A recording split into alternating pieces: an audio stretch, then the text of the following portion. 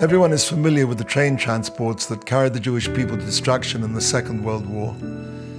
To coordinate the transport of millions of Jews on railways and into death camps with timing so precise that the victims walked out of the boxcars and into the waiting gas chambers required a computer. In the 1940s, however, such a computer did not exist.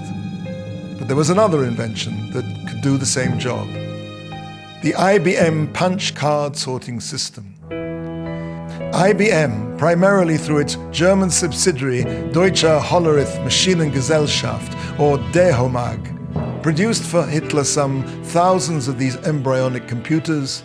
Card sorting facilities were established throughout Europe, and in every major concentration camp, Jews were moved from place to place, gassed or systematically worked to death, and their remains, their hair, their gold fillings, their spectacles and their pets were catalogued, all with icy automation.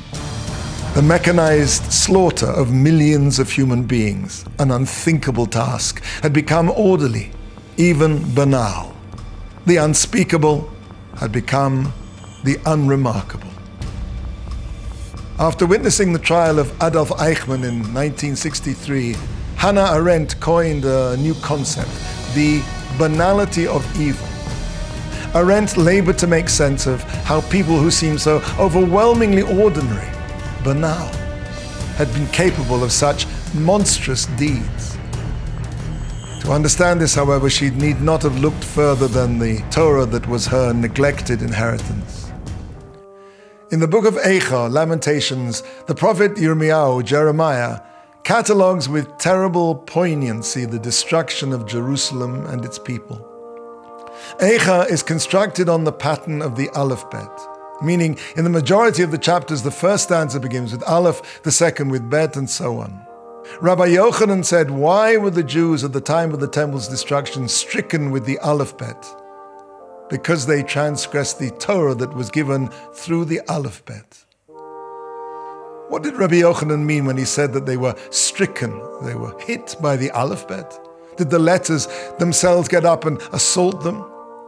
Also, why did he stress that the Torah was given through the Aleph-Bet? Surely every book in the world is given through an Aleph-Bet.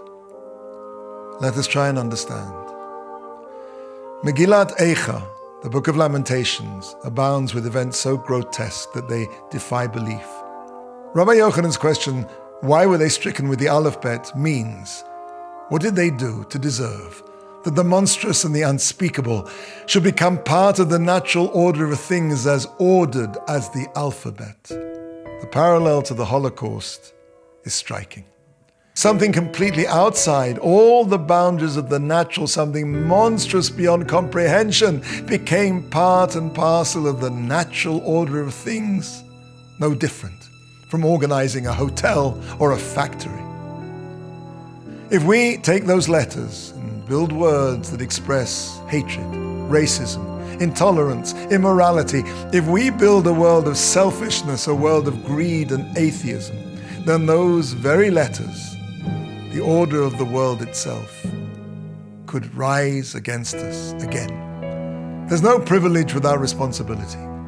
We, the Jewish people, have the privilege of being God's chosen people.